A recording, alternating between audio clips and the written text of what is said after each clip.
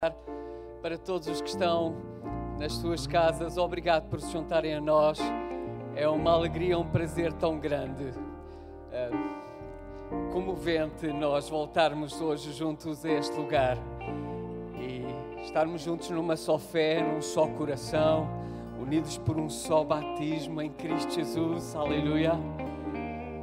E hoje será mesmo tão bom como já aconteceu na quarta-feira aqui, vermos-nos uns aos outros e matarmos estas saudades de estarmos juntos aqui neste lugar e de enchermos este lugar com a adoração ao nome do Senhor, porque Ele é digno, porque Ele é Deus, não há como Ele, não há ninguém que se compare a Ele. Todos são bem-vindos, os nossos filhos, as crianças, cada um de nós mais velhos, os nossos pais ainda. Que bom nós estarmos aqui, aleluia. Nós preparamos este tempo de adoração, este tempo da pregação da Palavra de Deus, aleluia, para que nós todos nos regozijemos e alegremos por estarmos na presença do Senhor, aleluia. E este primeiro cântico vai dizer-nos tanto. Espero que todos nós aqui lá em casa possamos, aqueles que sentirem, fechar os seus olhos, levantar as suas mãos em gratidão, adorando o nome do Senhor nesta manhã, neste lugar, onde quer que nós estejamos. Aleluia. Obrigado, Senhor. Obrigado, Senhor. Obrigado, Senhor. Aleluia. Com agradecer tudo que Tu tens feito por mim, sendo um pecador, mesmo assim mostraste amor por mim, e as vozes de milhões de anjos não expressarão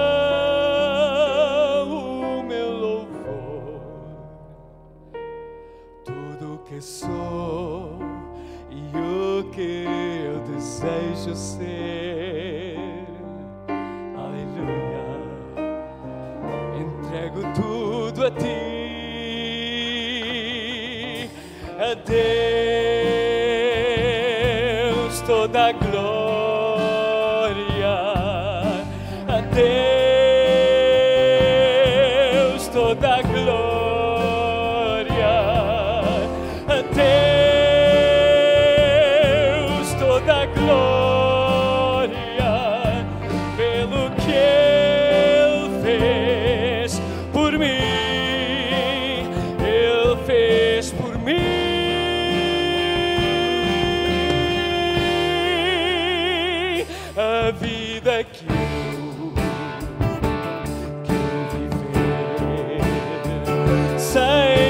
Agradável ao nosso Senhor, e se eu ganhar um louvor, seja Ele entregue aos pés da cruz.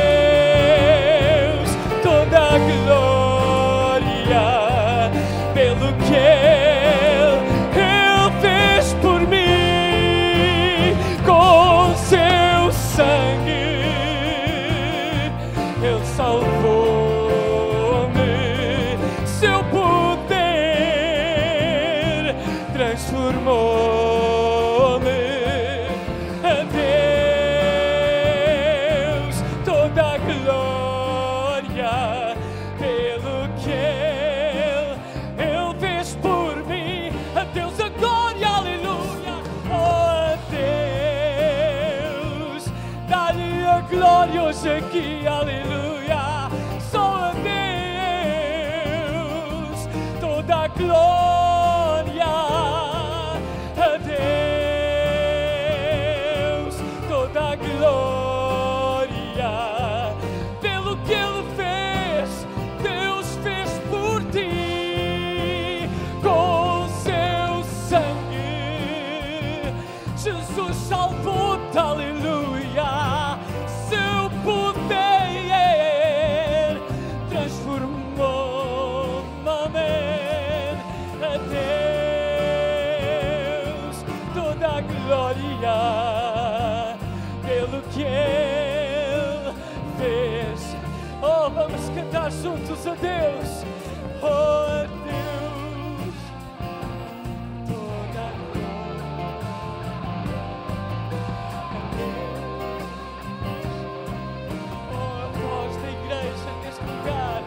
só a Deus toda a glória pelo que Ele fez por mim com seu sangue. Oh, aleluia, seu poder transformou-me. Deus toda a glória pelo que Ele fez por mim. Uma vez mais, a Deus a glória. Só a Deus nós damos toda a glória. Só a Deus, oh, toda a glória, toda a glória a Deus, toda a glória pelo que Ele fez, amém, por mim com seu sangue. Oh, Ele salvou-me, aleluia, seu poder transformou-me. A Deus toda a glória pelo que Ele fez. Oh, Ele fez pelo que Ele fez por mim. Eu dou-lhe glória pelo que Ele fez. Glória ao teu nome, Jesus. Foi Ele que fez, é Ele que faz por mim, por ti. Glória a Ele, Ele fez por mim. Ele salvou-me, aleluia. Jesus fez, Ele faz por ti. Oh, sim, Ele fez por mim. E todos juntos, pelo que Ele fez por mim.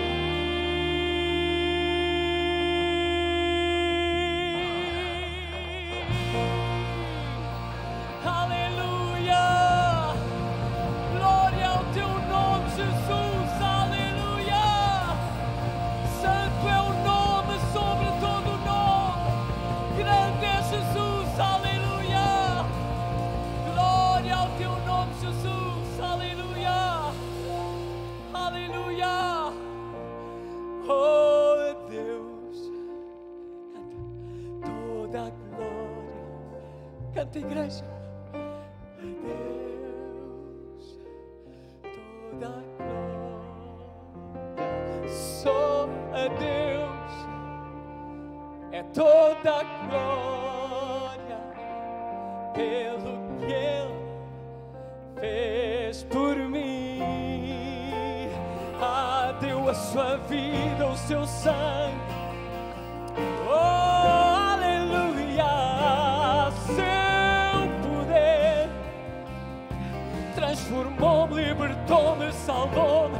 Oh, Deus, toda a glória pelo que Ele fez por mim. Foi Ele que fez, pelo que Ele fez por ti. Bem-vindo, irmão e irmã. Aleluia, Ele fez, Ele faz, Ele não muda, Senhor. Ele faz por mim, por ti. Ele faz, Ele fez, Ele não muda.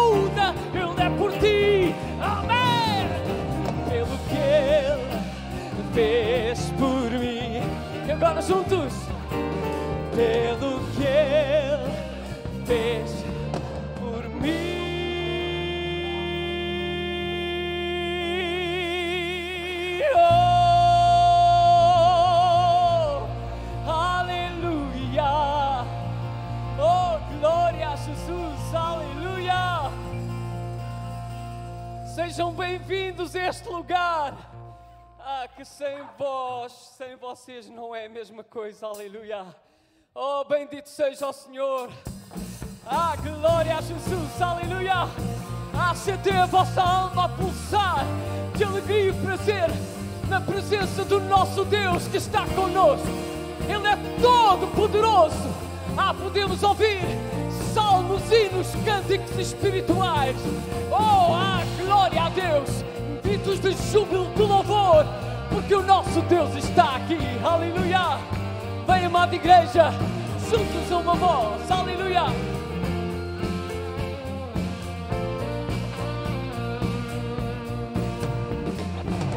Ele merece todo louvor, cada som de glória, uma só voz. O louvor pertence a Deus. Cantamos aleluia. Canta aleluia ao nosso Deus. Dá glória, aleluia ao nosso Deus. O louvor pertence a Deus. Ele merece todo louvor, assim cada som de glória numa só voz. Vem dar-lhe o louvor. O louvor pertence a Deus. Canta aleluia ao Senhor. Canta aleluia ao nosso Deus. Dá glória, aleluia ao nosso Deus. O louvor pertence a Deus. Vem conosco, subimos junto. Ele merece todo o louvor e cada som de glória numa só voz. Todos, louvor de todos. Aleluia. É para o nosso Deus. Aleluia. Canta aleluia. Canta aleluia ao nosso Deus. Dá glória, aleluia ao nosso Deus. O louvor pertence a Deus. Deus, Ele salva, aleluia. Deus, Ele cura, eu sei. Deus, Ele liberta, amém. Sim, Ele é, sim, Ele é. Deus que salva, Deus que cura, Deus que liberta. Sim, Ele é, Deus que salva, Deus que cura, Deus que liberta. Sim, Ele é, sim, Ele é, sim, Ele é, sim, Ele é. Ele merece todo louvor, cada som de glória, todos numa voz. O louvor pertence a Deus.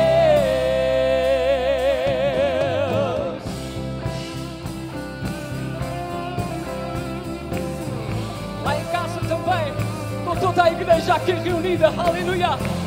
Salvas de palmas apresentadas ao nome do Senhor nosso Deus, aleluia. Toda a igreja rejubila na presença do Senhor. Ele vive para sempre, amém.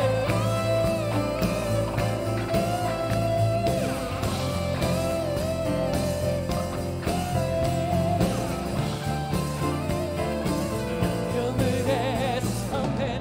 Ele merece todo louvor, cada som de glória numa só voz, amém. O louvor, aleluia. O louvor, dá-lhe o teu louvor, amém. O louvor, todo louvor, o louvor.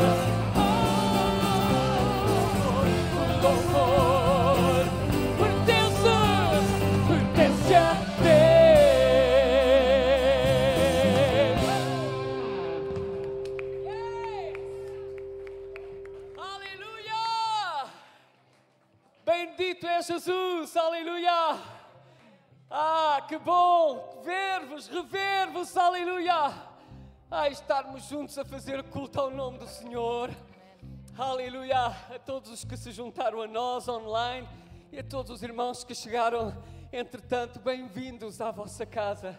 Esta é a casa de oração. Aqui fazemos culto, temos tempos de adoração, pregamos a palavra de Deus, que é o poder do Senhor para todo aquele que crê nele e na sua palavra. Aleluia! Glória a Jesus, porque Ele está vivo. A Ele damos glória. Tomem o vosso lugar, muito obrigado. Nós vamos recolher as nossas ofertas voluntárias, os dízimos, as promessas de fé. Os irmãos sintam-se à vontade. Quem nos visita também hoje aqui, sinta-se livre de forma espontânea para se juntar a nós ou não. Aleluia! A nossa melhor oferta é a nossa própria vida. Aleluia! Glória a Jesus, glória a Jesus. Este cântico é maravilhoso. Aleluia!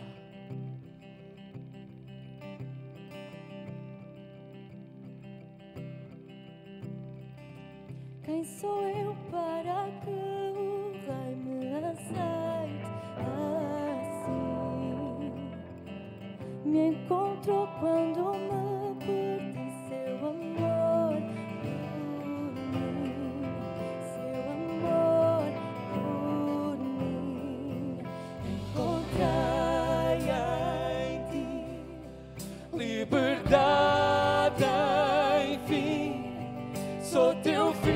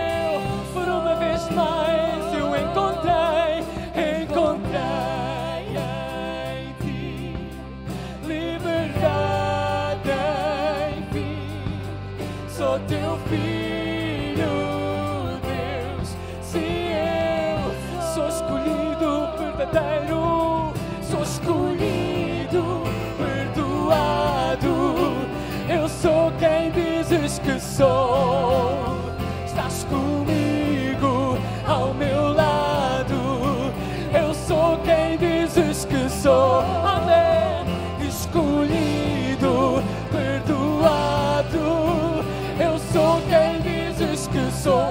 Obrigado, Jesus, estás comigo ao meu lado. Eu sou separado para ti. Sou escolhido,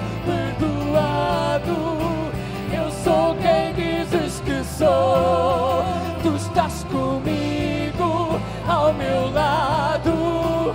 Eu sou. Obrigado, Jesus. Eu sou escolhido, perdoado. Eu sou quem dizes que sou. Amém. Estás comigo ao meu lado. Eu sou quem dizes que sou. Eu sou quem dizes que sou. Amém. Eu sou quem dizes que sou. Na tua casa, Pai, encontrei lugar. Sou teu filho, Deus. Se eu sou neste lugar, na tua casa, encontrei lugar. Sou teu filho, Deus. Se eu sou na tua casa.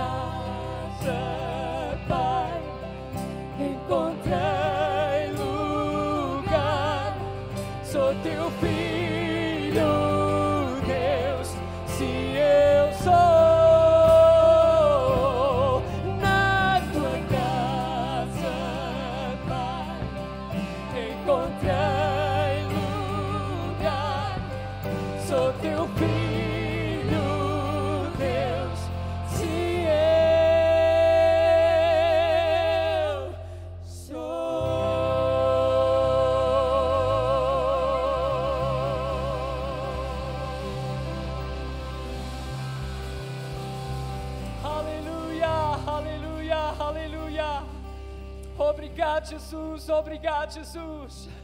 Sou escolhido, perdoado. Eu sou quem dizes que sou.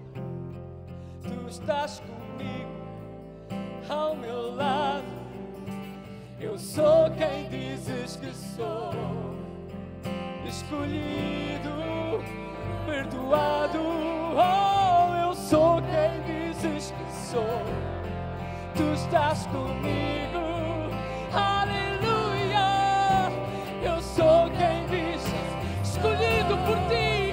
Sou escolhido, perdoado. Ah, eu sou quem dizes que sou. Amém. Estás comigo, ao meu lado. Eu sou escolhido pelo vivo Deus. Amém. Sou escolhido, perdoado. Eu sou quem dizes que sou. Amém. Estás comigo, ao meu lado. Eu sou quem dizes, eu sou. Eu sou quem dizes que sou. Eu sou quem dizes que sou. Na tua casa, Pai, encontrei lugar. Sou teu filho, Deus. Se eu sou, aleluia. Glória ao teu nome, Senhor, para sempre e sempre, aleluia. Glória a Jesus, aleluia. Ah, hosanas ao nome do Senhor, aleluia. Ah, recebemos-lo com tanta alegria no nosso meio. Passo esta expressão, porque o seu desejo é estar com o seu povo, aleluia. Ah, e o nosso desejo é estar com Ele, aleluia, aleluia, aleluia. Oh, há um plano de Deus para nós. Nós somos quem Ele diz que nós somos, aleluia. Ah, escolhidos, separados, perdoados, salvos, restaurados, levantados e erguidos, aleluia. Oh, aleluia. Glória a Jesus, glória a Jesus, aleluia. Ah, convido-vos a tomar o vosso lugar e dar glória a Deus nesta manhã aqui, aleluia. Obrigado, Jesus, amém. Glória ao Senhor, glória ao Senhor.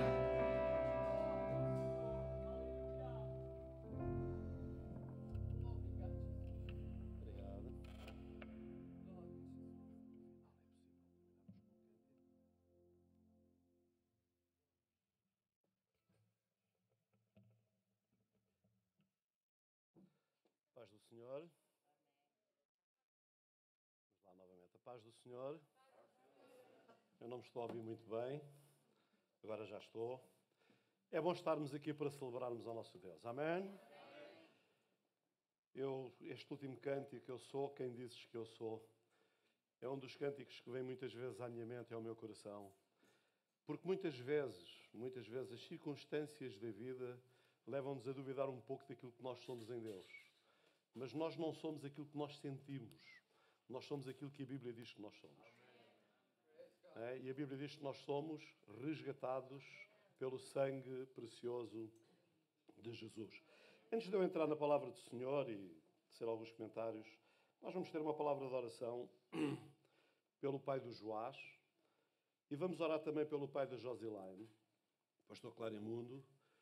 Eles estão os dois em lugares diferentes, estão no Brasil, mas em lugares distintos, mas com Covid, e o pai da Josilaine, a situação dele agravou-se muito nos últimos dias. Ele teve que ser evacuado da cidade onde ele está, Anápolis, para São Paulo, onde há os melhores hospitais.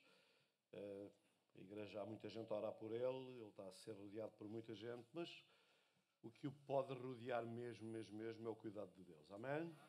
E nós vamos ficar de pé para termos uma palavra de oração e vamos incluir também todos aqueles que estão de facto em luta, em necessidade, a passar por enfermidades. Vamos orar por eles. Paizinho querido, nós agradecemos-te porque sabemos que Tu és um Pai que cuida, um Pai que nos ama, um Pai que está presente em todas as circunstâncias, em todas as situações, ainda que por vezes, na nossa sensação, pareça exatamente o contrário, mas a realidade é que Tu estás lá, Tu cuidas, porque Tu tens um plano e um propósito para a vida de cada um de nós.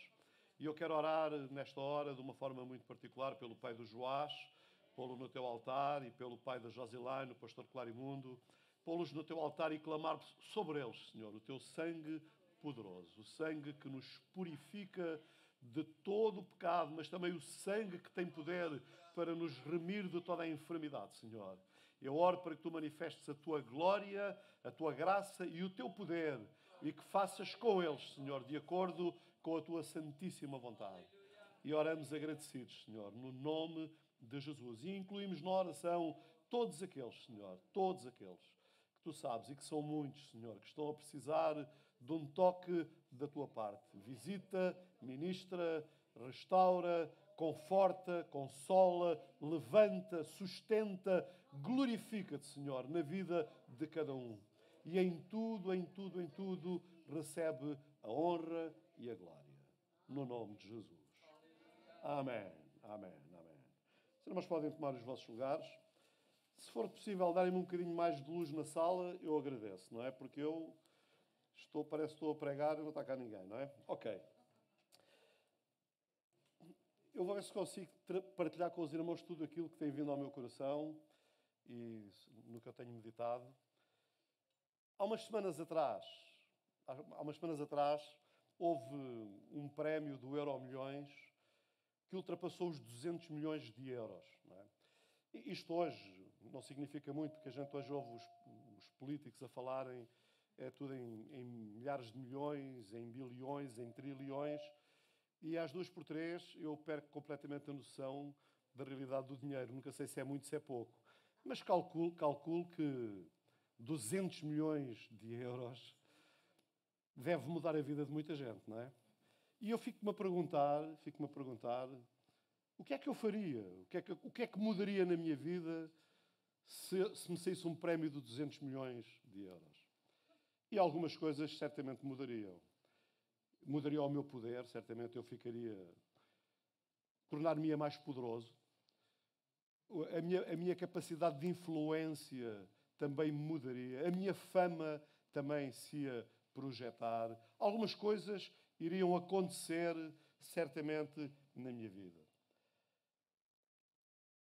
Iria ter mais riqueza, indiscutivelmente, e mais influência e poder. Eu hoje quero partilhar convosco acerca de uma mulher que nós sempre pensamos nela como a Rainha Esther.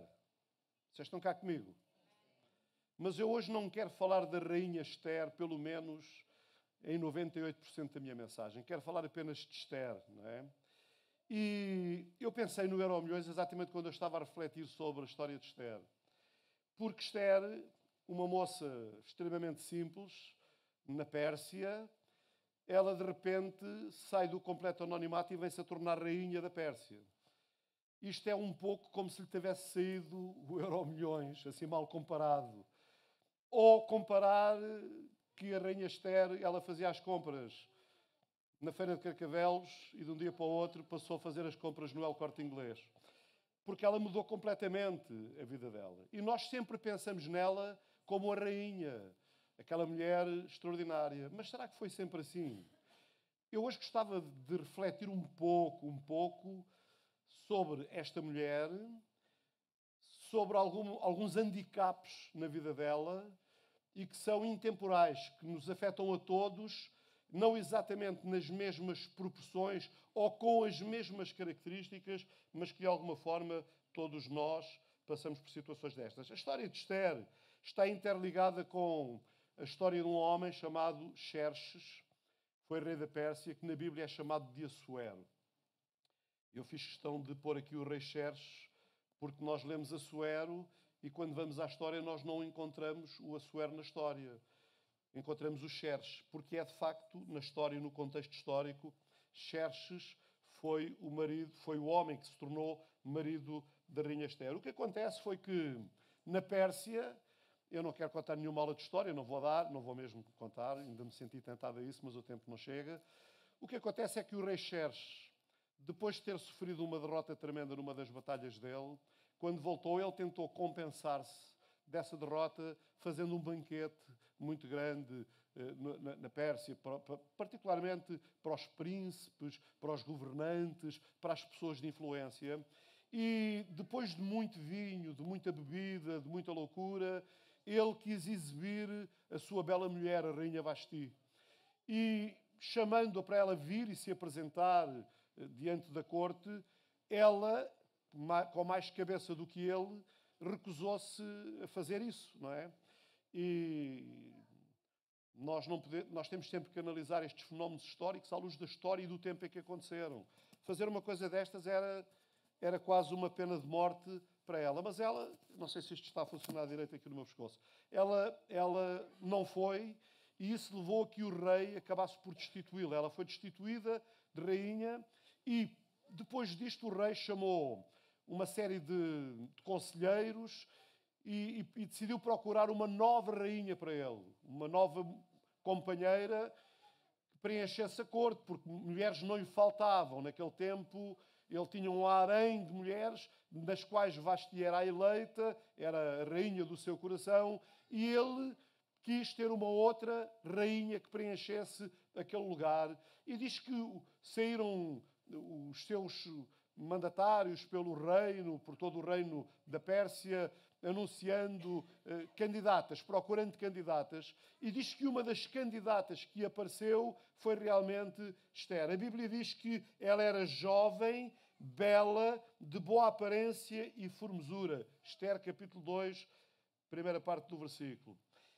Esta mulher apresenta-se, num contexto que nós iremos perceber ao longo da partilha, e apresentando-se, ela caiu na graça dos júris que estavam a fazer a seleção daquela que viria a ser a mulher. A mulher que entraria nesta dimensão. Agora vocês vejam. Ela é jovem, uma mulher simples, uma moça simples, sem cultura, nada refinada. Esta jovem desconhecia os protocolos do palácio e ignorava os princípios de influência política. De repente, ela é conduzida da obscuridade à mais alta posição no reino. Ela é uma plebeia, ela é uma mulher do povo. Mas mais do que isso, ela tem algumas características que são muito negativas sobre a sua vida, que nós iremos falar daqui a pouco, não é? Depois de passar por um intenso tratamento de beleza, certamente pelo spa, ela acabou por ser apresentada ao rei. Jovem, como todas as jovens, ela deve ter experimentado grande euforia na sua nova identidade. Eu gostaria de entrar aqui num outro aspecto que não vou entrar, que é a importância de nós não permitirmos inchar, deixem-me pôr isto entre comas, inchar com as posições que algumas vezes podemos vir a ocupar. Às vezes saímos do anonimato para uma posição de destaque e isso tende, de alguma forma, a trazer-nos uma ponta de orgulho e a fazer-nos sentir importantes. Mal comparado, foi um pouco o que aconteceu com José. Foi um pouco o que aconteceu. José era malquisto pelos seus irmãos. Os seus irmãos não gostavam dele. Mas ele teve um sonho de Deus. E ele teve, e deixem-me pôr novamente entre comas, a vaidade de partilhar o sonho com os irmãos. Ou seja, de repente ele era jovem e de repente há ali uma ponta de orgulho porque ele é um escolhido ao contrário dos outros. E aqui também, certamente, Esther não estava isenta de toda esta situação. Porém, esta jovem que sai do anonimato e de repente é colocada na posição de rainha, porém, e há sempre um porém em todas as histórias, à espreita das sombras do passado de Esther, havia três coisas, três handicaps que ainda conservavam o poder de ameaçá-la e assombrá-la, que poderiam facilmente desequilibrar a sua posição no reino. Os três handicaps, ou as três fragilidades que Esther tinha, como eu já disse, são atemporais e podem afetar qualquer um de nós. Todos nós, independentemente daquilo que somos ou da posição que possamos vir a ocupar, nós precisamos de cuidar porque pode sempre haver alguma situação seja um fator de instabilidade e que gere fragilidade nas nossas vidas. Precisamos aprender. O que é importante aqui mesmo é que nós precisamos aprender a usar as nossas fraquezas como possíveis fatores de triunfo. E eu quero que vocês digam comigo. Precisamos aprender a usar as nossas fraquezas como possíveis fatores de triunfo. Embora não pareça, a fraqueza pode ser um convite à grandeza. Embora não pareça, a nossa fraqueza ou a nossa fragilidade pode ser um convite à grandeza. E pode ser porquê? Porque nós servimos a um Deus que declara de uma forma tão natural, dizendo: a minha graça é suficiente para ti, ou te basta, pois o meu poder, diga lá, o meu poder se aperfeiçoa na fraqueza. Então faz sentido o que eu estou a dizer. As nossas fraquezas podem se tornar um fator de triunfo ou de grandeza.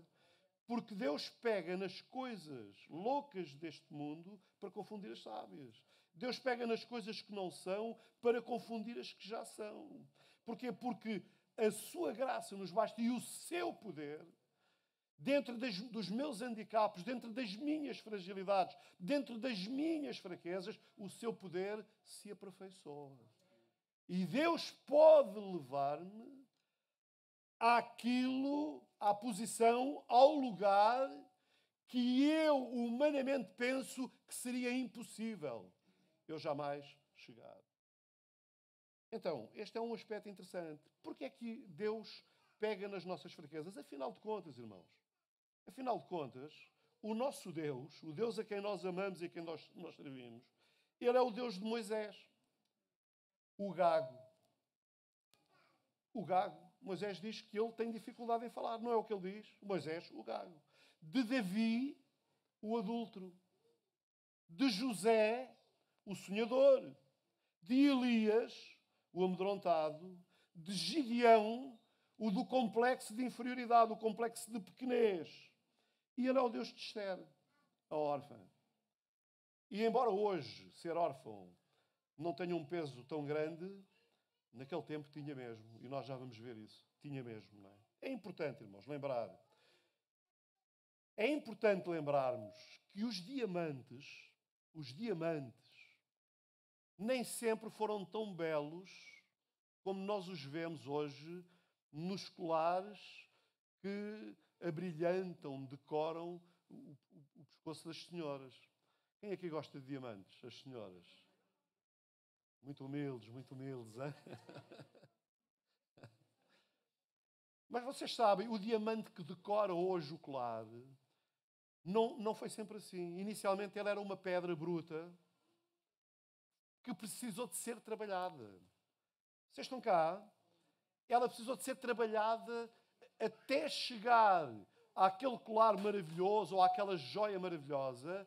Aquele diamante precisou de ser muito, muito, muito trabalhado até atingir essa beleza. E de certa forma, na origem de Esther, a origem de Esther indicava que um dia ela seria levada a uma condição importante. Ou seja, Esther ela era como aquele diamante em bruto que precisou de ser lapidado para atingir a imagem que atingiu. Numa linguagem assim mais contemporânea, mais moderna, Esther é como a Cinderela, a história da Cinderela.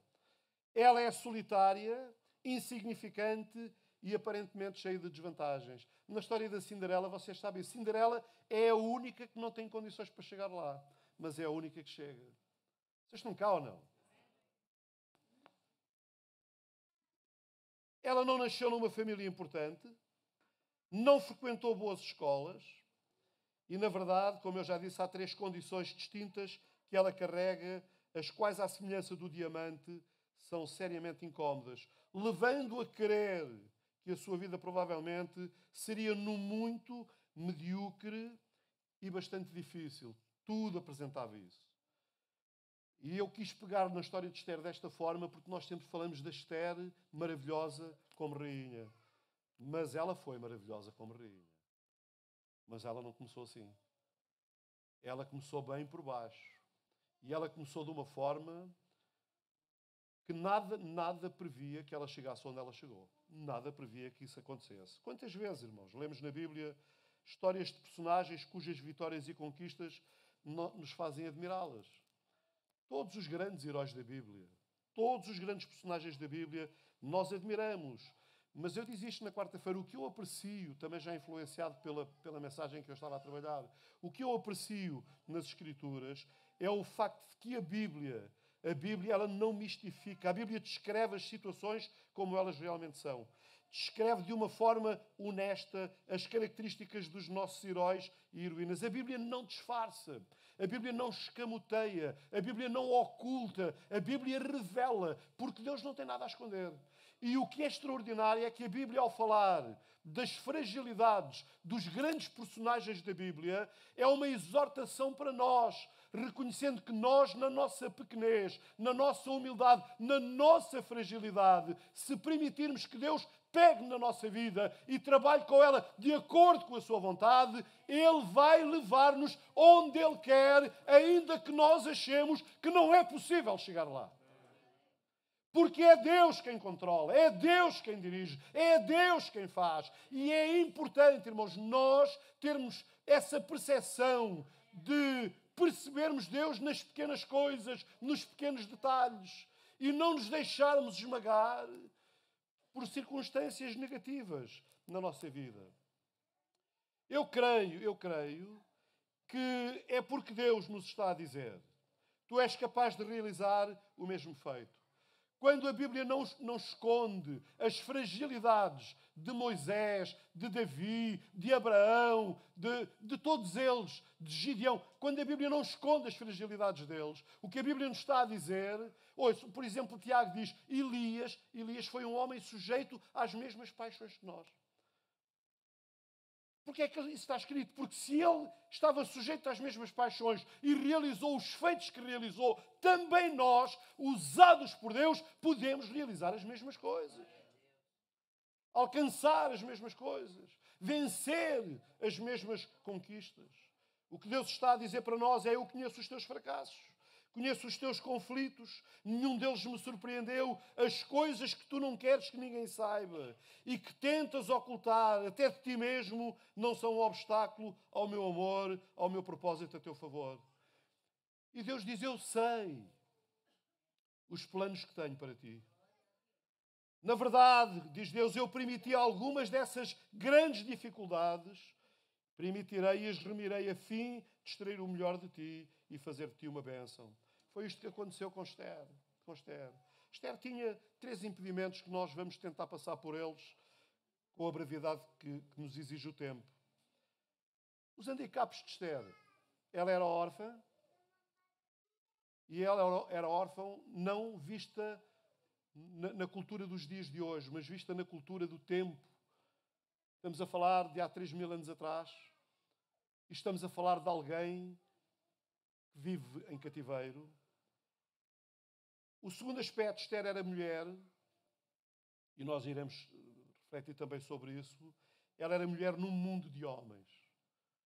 Nós falamos daquela geração como a geração dos patriarcas, em que os homens são, ainda hoje, existe muito dessa mentalidade em algumas cabeças. E por último, mas não menos importante, Esther era judia na Pérsia. Judia na Pérsia.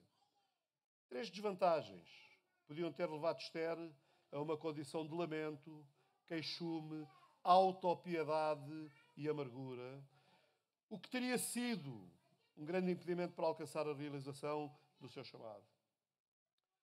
Agora, irmãos, é que Esther, em vez de se curvar a esses reveses, ela fez com que eles se tornassem a plataforma sobre a qual se apoiaria a fim de produzir o livramento do seu povo, os judeus na Pérsia. E é aí que entra a história da rainha Esther, onde eu não vou entrar. O primeiro obstáculo de Esther era órfã. Ela vivia um drama familiar. Só este aspecto dava para nós estarmos aqui muito tempo a falar, mas eu quero passar por todos. O facto de Esther ser órfã é um detalhe digno de nota na sua história. Embora ela tenha sido criada pelo seu primo, Mardoqueu, o primo cuidou dela, ela jamais conheceu o amor da mãe e ela jamais pôde desfrutar da sabedoria de um pai. Este foi um dos dramas de Esther. O pai morreu, a mãe morreu e misericordiosamente um primo dela, Mardoqueu, decidiu trazê-la e cuidá-la. E por muito bem que Mardoqueu tenha feito, faltava-lhe a mãe e faltava-lhe o pai. É possível que das muitas tragédias da vida, ficar órfão seja das mais dramáticas. Esther, apesar do amor e carinho de uma família que a adotou, não deixou de crescer com uma ausência em seu coração. E é importante não esquecermos que os judeus eram cativos na Babilónia. E Esther foi criada, como muitos de nós o são ainda hoje, ou podem ser ainda hoje, em meio a muita dor, muito tumulto, muita confusão e perturbação. E apesar de Mardoqueu, seu primo, ter sido um homem bom, ele não era nem o pai, nem a sua esposa era a mãe dela. Dramaticamente. Hoje há muitos que, tendo pais e familiares, ainda assim podem ser órfãos. Nós acompanhamos as notícias. Eu não sei se os irmãos ouvem as notícias. As questões da violência doméstica, as questões dos abusos, particularmente sobre crianças. E agora, durante o período de confinamento, tudo isso aumentou, tudo isso foi acrescentado. Vivendo dentro da família, o lugar que aparentemente deveria ser o paraíso, o lugar da referência, muitas vezes, torna-se o lugar da atrocidade, torna-se o lugar da dor, torna-se o lugar da perturbação, torna-se o lugar da angústia. Muita gente sofre em silêncio dentro da sua própria família. E quiçá se há aqui pessoas nesta manhã que estão a passar por situações dessas, sofrendo em silêncio no seio da sua família.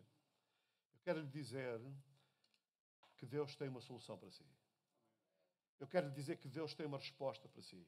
Eu quero lhe dizer que essa sua dificuldade, Deus quer transformá-la numa bênção na sua vida. Infelizmente, famílias estáveis, unidas e um lar abençoado, começam a ser raridades nos nossos dias. Os média, vocês se assistirem, os média, toda a gente que fala.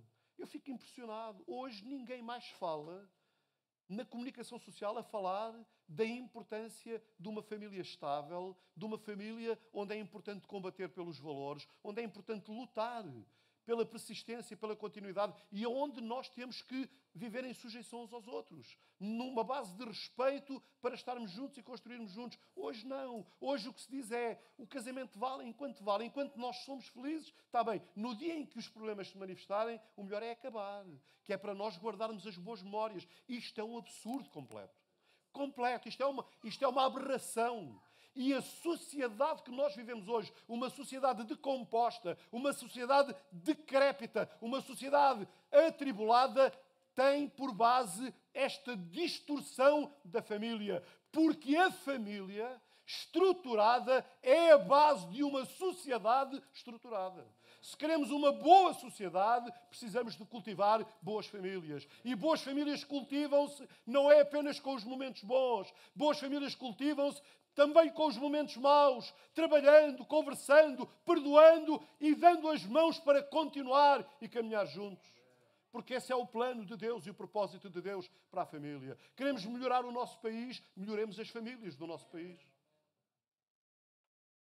Quando a dor de uma família destruída nos leva à orfandade do coração, ela afeta profundamente a noção de quem somos e a perspectiva do que podemos vir a ser na vida. E a dor da perda da família não desvanece rapidamente. Mais uma vez, a Bíblia não oculta estes problemas. As Escrituras estão repletas de dramas de família.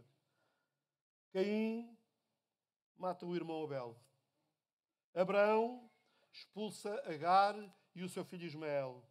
José é afastado de modo violento do convívio dos seus pais e irmãos. Jacó tem de fugir à ira de Esaú. Davi teve o drama de uma filha violada, da morte de um filho pelo irmão e de uma guerra movida pelo próprio filho. Mais uma vez, as Escrituras não amenizam os factos. E isto é uma bênção para nós, porque nos remete à nossa situação atual. Podemos identificar-nos com todas estas tragédias de alguma forma, mas também podemos ter a certeza absoluta de que temos o Deus que nos ajuda a vencer todas as tragédias. Amém? Não há tragédia que venha à nossa vida que esteja longe da graça, da misericórdia, da mão poderosa de Deus para nos ajudar a vencer. Deus quer transformar as nossas tragédias em triunfos na nossa vida. Diga lá para o irmão que está ao seu lado. Deus quer transformar as tragédias da nossa vida em triunfos. A pergunta é, você já sofreu algum revés contra si numa situação familiar? Esta é a oportunidade. É provável que haja alguma situação na sua vida familiar que tem provocado dor, decepção, frustração ou sentimento de perca. Esther teve essa mesma experiência, ela viveu isso. O que fazer com a nossa dor familiar, a dor do divórcio, a dor do abuso, a dor da perca daquela pessoa amada que morreu tão cedo, a dor da ausência de um dos pais, a dor da dependência do álcool e das drogas? Deixem-me dizer, eu só tenho uma resposta para isto. Eu vou lidando com situações destas. Ainda ontem à noite eu recebi um telefonema de alguém que perdeu um familiar e estava numa angústia. Um familiar muito chegado, perdeu um filho. E quando as pessoas clamam, porque as pessoas vão ao médico e o médico diz, nós não temos remédio para o seu problema. Essa é uma dor que a vai acompanhar sempre. E eu acredito que vai acompanhar sempre. Mas eu acredito que quem ama a Deus e quem caminha com Deus, Deus é aquele que está presente no meio da dor. Deus é aquele que consola os corações. Deus é aquele que nos fortalece. Deus é aquele que nos levanta e nos sustenta. Deus é aquele que não nos deixa prostrados no pó da terra. Porque a sua mão sempre está estendida para nós, para nos fazer subir. Nada desequilibra tão profundamente um lar como situações como estas que eu acabei de citar. A dor familiar, o divórcio, o abuso, o álcool, as drogas, tudo isso. A história de Esther, ela é poderosa para nós, não porque seja um conto de fadas, mas porque ela é real. Esther tinha um drama familiar. Ela era órfã. Ela não tinha o carinho de um pai e de uma mãe. O segundo obstáculo na vida de Esther tinha a ver com segurança. Esther era mulher. E o mundo hoje está em mudança, mas ainda assim hoje, em alguns meios, as mulheres têm muita dificuldade em fazer prevalecer os seus direitos e revelar as suas competências, porque o meio ainda é dominado pelos homens. Vocês ouçam as notícias. As mulheres continuam a lutar, continua a haver uma diferença salarial entre o salário dos homens e das mulheres que desempenham as mesmas funções. Não é justo. Não é justo. Eu não sou comunista. Não sou mesmo. Mas eu acho que trabalho igual merece salário igual. Não é o ter barba que faz com que eu ganhe mais do que os outros. Não é justo, é iníquo à medida. Mas isto são os resquícios de uma sociedade sexista, onde os homens ainda continuam a querer prevalecer. Mas também não se resolve o problema de uma sociedade machista com uma sociedade feminista, porque o desequilíbrio é igual. Os problemas resolvem-se com o equilíbrio e com o respeito. Esther viveu este drama da segurança, era uma mulher. Imagine as mulheres de hoje que lutam por se ingrar profissionalmente e sentem tantas dificuldades, como seriam os desafios que Esther enfrentou, como mulher que viveu na Pérsia 500 anos antes do nascimento de Cristo. Ser mulher naquele tempo significava viver numa severa limitação de capacidade pessoal. A mulher era proibida de ter a sua própria empresa, frequentar a escola ou ter emprego. Naquele tempo, as mulheres não passavam de objetos para os homens. Os judeus, por exemplo, diziam: graças te dou, graças te dou, Deus, porque eles não se dirigem a Deus como Pai, dou graças a Deus porque não sou mulher. Não sou gentio, nem sou cão.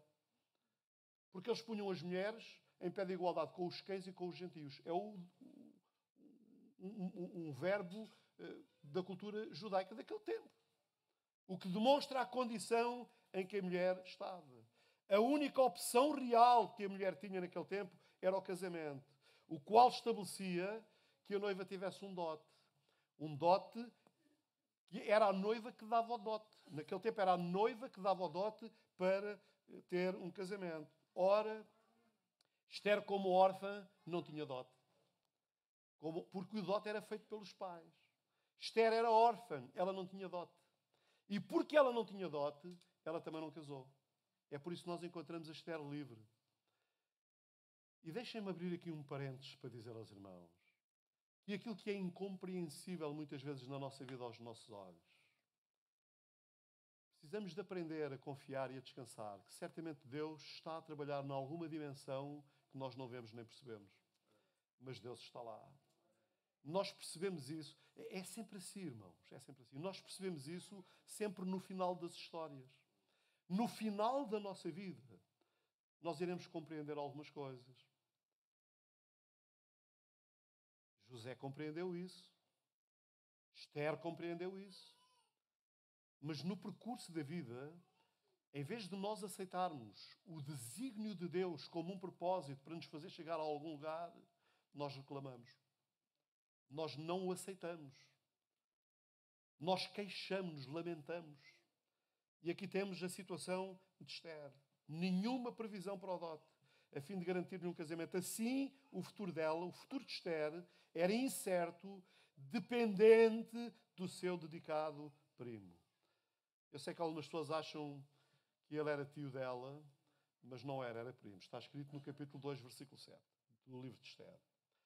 À medida que vivemos, cada um de nós possui o desejo natural de assegurar o seu futuro e o dos seus filhos. Esse é um desejo legítimo e um dom de Deus, nós cuidarmos da segurança para os nossos. Agora, muitas vezes a busca dessa segurança acaba sendo frustrada. Qual é o grau de segurança das nossas vidas? Esther não tinha segurança. Ela não tinha uma família. Ela era mulher, o que lhe roubava também essa estabilidade. Ela não tinha segurança. E qual é a nossa segurança? Esta semana, eu não sei se vocês notaram, eu estava num escritório a trabalhar e de repente eu senti um estremeção enorme na casa. Foi mesmo um estremeção forte. Foi um sismo, um tremor de terra. Foi curto, graças a Deus. Eu já passei por um ou outro tremor de terra intenso, bastante intenso. Tenho até uma história que não vou contar aqui, que não cabe aqui. Não cabia bem aqui. Que aconteceu comigo nos Açores em 1999. Nunca mais me esqueci. Durante meses, eu de noite ficava acordado à espera de ouvir a terra tremer. Meses. Tal foi o impacto que tive. Mas esta semana eu estava em casa e foi um abalo sísmico. Uma coisa que se sentiu mais aqui na região de Louros e de Odivelas. Foi um abalo pequeno. Esta semana mesmo houve um abalo perto da escala 7 Richter no Japão. E eu lembrei-me. Em 2011, houve um abalo no Japão na escala de Richter, 8, qualquer coisa. Foi seguido de um tsunami com ondas de, penso que de 11 metros. Que entrou pela ilha dentro e chegou a Fukushima, à central nuclear, provocou um desastre nuclear, morreram milhares de pessoas. Onde estava a segurança daquelas pessoas? Eu não sei se vocês sabem, os japoneses são as pessoas que mais viajam hoje pelo mundo. Têm mais condições. A vida no Japão é uma vida estável, economicamente estável, é uma vida segura. Mas a segurança, irmãos, a segurança não é assim tão forte. Onde estava a segurança daqueles yuppies nas Torres Gêmeas, em Nova Iorque, em 2002, quando aqueles aviões entraram pelas torres. Gente que tinha grandes empresas, milionários, gente com grandes seguros, e de repente morreram, acabou. Onde estava a segurança deles? Onde estava a segurança? A nossa segurança, irmãos. Quando há um ano atrás, uma coisa que ninguém consegue ver, um vírus, entra na nossa vida e já há mais de 500 mil mortos no mundo. E o vírus é democrático. Ataca os ricos e os pobres. É verdade que os ricos têm mais recursos, mas olha que há muito rico que já morreu, porque os recursos não serviram para nada. Onde está a segurança? Esther, a segurança de Esther não existia, ela era mulher. Mas muitas vezes nós descansamos numa falsa segurança. Numa falsa segurança. E deixem-me dizer, irmãos, não é errado buscar alguma segurança na vida. O que é preciso é não esquecer que, em última análise, a segurança neste mundo é uma ilusão. Ninguém vai sair daqui vivo, irmãos. Nós vamos morrer todos. Tantas pessoas hoje, até mesmo crentes, têm confiado a segurança em coisas pessoais. Elas confiam na conta bancária. É bom nós termos alguma reserva. Mas não descanse nisso. É bom ter amigos. Eu adoro ter amigos. Tenho alguns bons amigos. Alguns bons amigos. É bom ter amigos. Os amigos nem sempre podem estar presentes. Nem sempre podem estar presentes. Afinal de contas, irmãos, afinal de contas, só Deus é a nossa verdadeira fonte de segurança.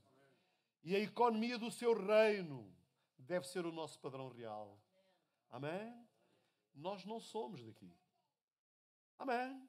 Eu cresci na igreja a ouvir dizer que nós éramos peregrinos em terra estranha. Mas hoje vivemos como se aqui fosse tudo aquilo que nós desejamos. Como se aqui fosse o nosso reino. Mas não é, irmãos. O nosso reino não é deste mundo. O nosso reino é outro. E a economia do reino é vivermos alicerçados nessa economia do reino que a nossa segurança está certa. Porque quando chegar a nossa hora, nós partimos em segurança. Amém? Partimos em segurança. Ele não nos chama à sobrevivência, mas à grandeza. Não nos chama para admirar a história a partir de um ponto ilusório de segurança, mas Ele chama-nos para sermos parte ativa da história. O terceiro obstáculo, para eu caminhar para as minhas conclusões, o terceiro obstáculo de Esther era a sua identidade. Ela era judia. A terceira desvantagem dela, que ela enfrentou, foi a sua herança étnica. Ser judeu, num tempo da história como este que estamos a falar, mas até hoje ser judeu continua a ser um estigma. Hoje um judeu só é seguro, mais ou menos seguro, lá em Israel, na sua terra. O facto dela ser judia colocava-a em perigo iminente e em constante adversidade. Eu aconselho-vos a ler o livro de Esther. Aconselho-vos a ler, hoje de tarde, leiam o livro de Esther, para vocês perceberem tudo aquilo que eu não vos estou a falar.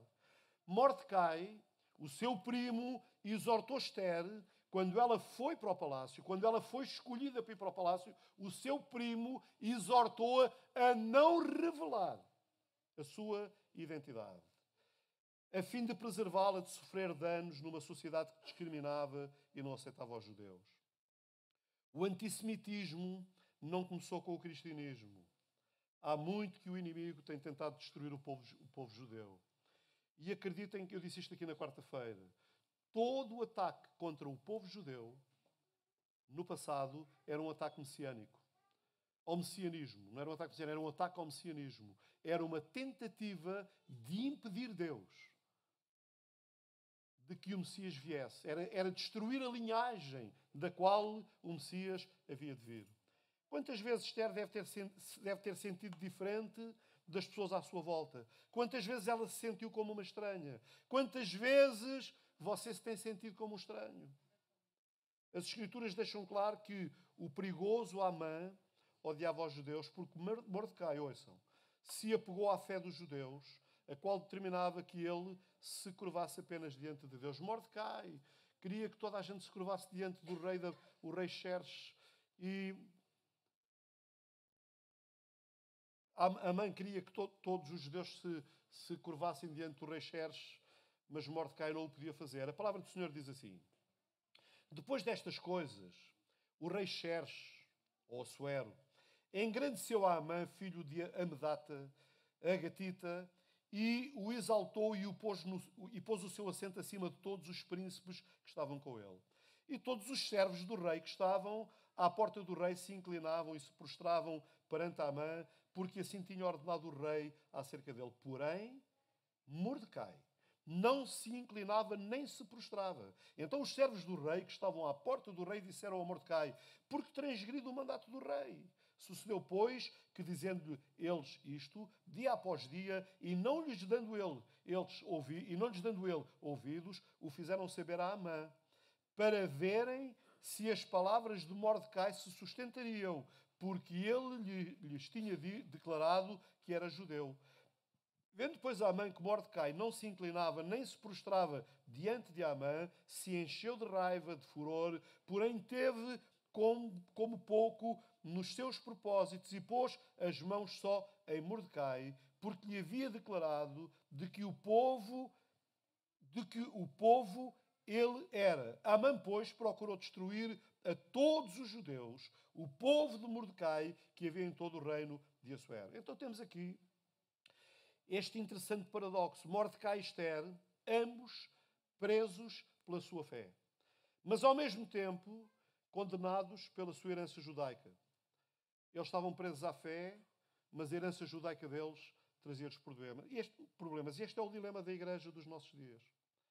Queremos celebrar o privilégio de fazermos parte de um reino que não é deste mundo. Amém? João 18:36. Queremos celebrar este privilégio de fazer parte de um reino que não é deste mundo e, ao mesmo tempo, tentamos fazer com que a igreja se encaixe na cultura a fim de que as pessoas nos considerem normais. Exatamente como elas são. Irmãos, ser normal não é ser como as pessoas de lá fora são. Ser normal é ser como Deus diz que nós devemos de ser. Amém? Quantas vezes a igreja se compromete esquecendo que devemos estar no mundo, mas não pertencer a este mundo? Afinal de contas, a inconveniente verdade ao longo do caminho pode vir a ser perigosa para nós, como poderia ser perigosa para Ester. 3 questões centrais que nos tocam, e eu vou caminhar para a minha conclusão, que nos tocam no nosso coração. 3 fatores decisivos que dizem respeito a toda a nossa existência, e para Ester, cada uma dessas áreas, órfã, mulher judia, era uma fonte de dor e de falta. Contudo, pensem bem, irmãos, contudo, se não fossem essas realidades, ela jamais teria alcançado a posição que ela alcançou no reino. Ser posicionada por Deus para praticar ações corajosas que iriam ajudá-la. Irmãos, notem, os 3 handicaps de Ester, que era órfã, que era mulher e que era judia. Se não fossem essas 3 fragilidades, ela jamais teria chegado a rainha no reino de Xerxes, no reino da Pérsia. As 3 coisas negativas da vida dela foram as que Deus usou para a elevar à mais alta posição. Amados, o que é que eu quero deixar? Eu quero deixar que não fiquemos perdidos nas coisas negativas da nossa vida. Deixemos que Deus pegue nessas coisas negativas e as use Ele para nos levar aonde Ele nos quer fazer chegar. Amém? Ester foi levada desta forma.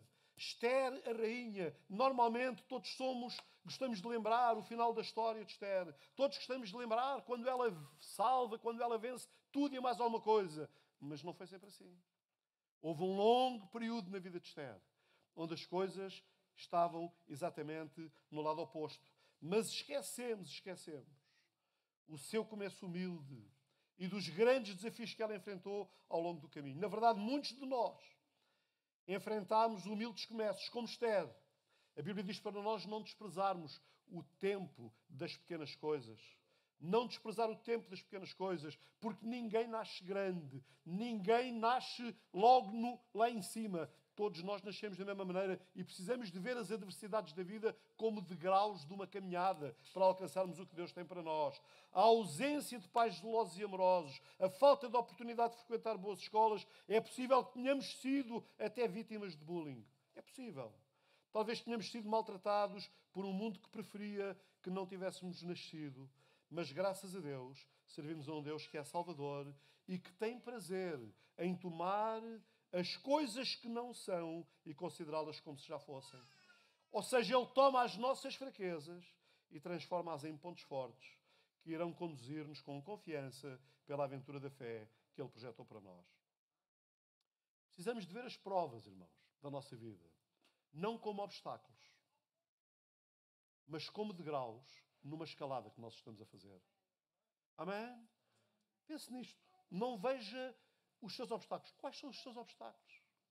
Quais são as dificuldades que você está a enfrentar? As dificuldades que têm roubado a alegria, que lhe têm provocado desânimo. Passe a vê-las de uma forma diferente. Diga para si, isto não é um obstáculo, isto é um degrau que eu tenho que subir. E os irmãos sabem, é mais fácil descer de graus do que subir de graus. Vocês sabem isso? É mais fácil descer de graus do que subir de graus. Mas é aqueles que têm a coragem de os subir que chegam ao topo e que podem desfrutar da visão maravilhosa das alturas. E é quando nós permitimos dar-nos a nós essa dimensão de perceber que tudo o que está a acontecer na minha vida e que tem sido doloroso não é algo para me prostrar, para me destruir, mas é a escalada que Deus está a usar para me levar aonde Ele quer que eu chegue.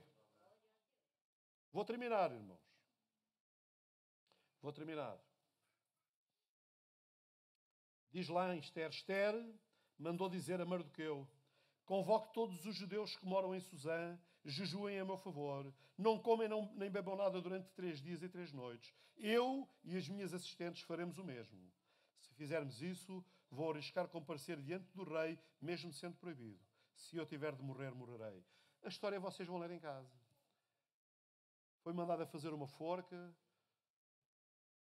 Queriam destruir os judeus, havia uma ordem para matar todos os judeus, mas aquele que mandou levantar a forca foi quem morreu nela.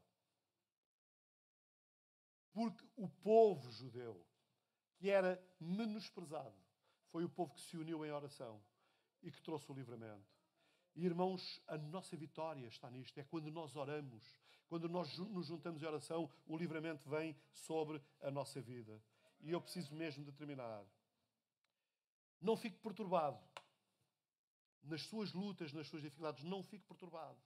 Deus, o Abba, o nosso Pai, Ele tomará os momentos mais tortuosos e escuros da nossa vida e fará que eles brilhem como o sol do meio-dia. Porque Ele diz, porque eu bem sei os pensamentos que tenho a vosso respeito, diz o Senhor. Pensamentos de paz e não de mal, para vos dar o fim que esperais. Amém? Não importa que tipo de provação e quais os traumas que você enfrentou ou está a enfrentar. No final, as mesmas coisas contra as quais você está a lutar serão usadas por Deus como instrumentos para prepará-lo para ser parte dos propósitos do seu reino. Termino, eu quero orar por vocês. Termino dizendo que aquilo que nos desqualifica perante os olhos do mundo é exatamente o que Deus está à procura para nos colocar na sua equipa. Diga lá comigo.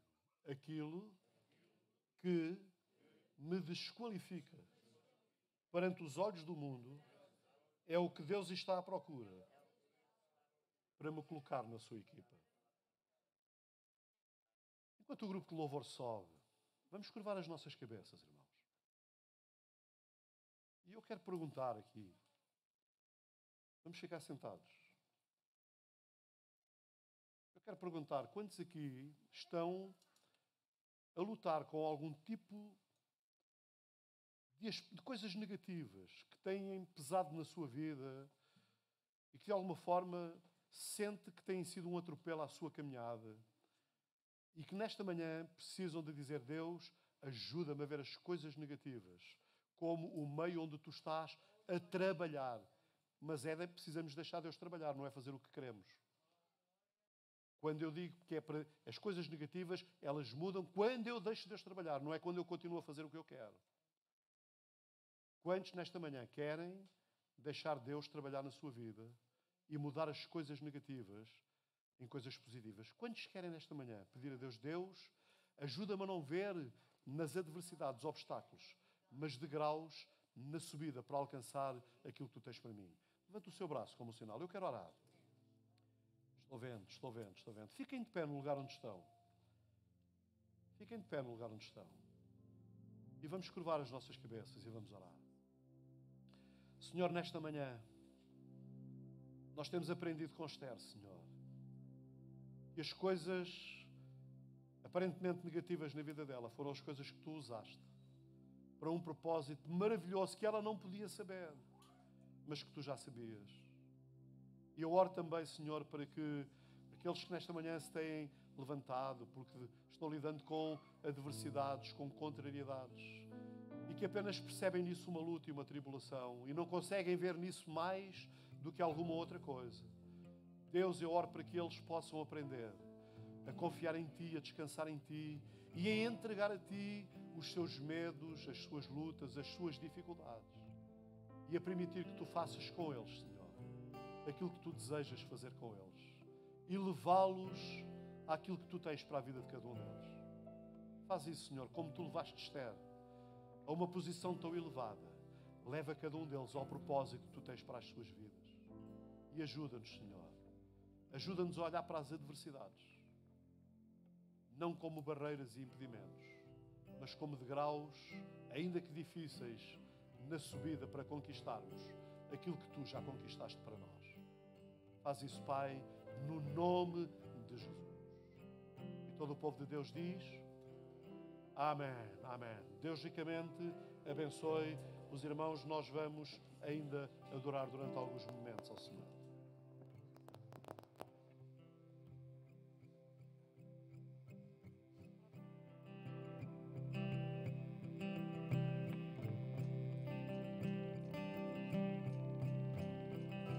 Quem sou eu para que o Rei me aceite assim? Me encontrou quando me perdi seu amor por mim, seu amor por mim. Encontrei em Ti liberdade, enfim. Sou Teu filho, Deus, se eu sou. Sua graça me libertou e me resgatou. Mesmo sendo um pecador, Ele morreu por mim. Ele morreu por mim. Encontrei em Ti liberdade, enfim. Sou Teu filho, Deus, se eu sou. Em Jesus, amém. Encontrei em Ti liberdade, enfim.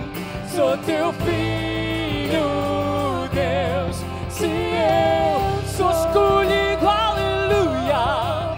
Escolhido sou, perdoado. Eu sou quem dizes que sou.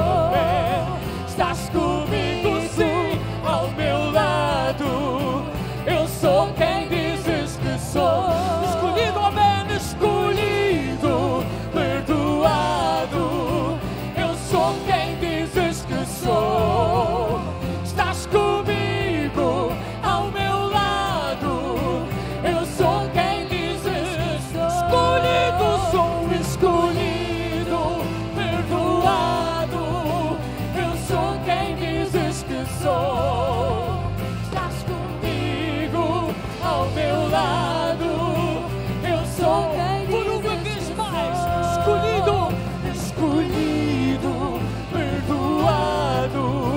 Eu sou quem dizes que sou. Estás comigo,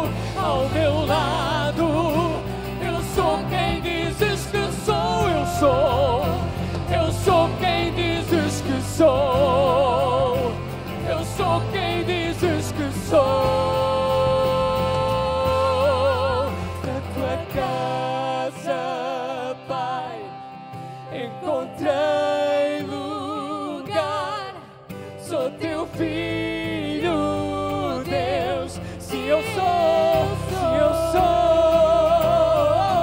na tua casa, ó Pai, encontrei o meu lugar. Sou teu filho, Deus. Aleluia, na tua casa, Pai, na tua casa, Pai, encontrei lugar. Sou teu filho, Deus. Se eu sou na tua casa, ó Pai, encontrei lugar. Sou teu filho, Deus. Se eu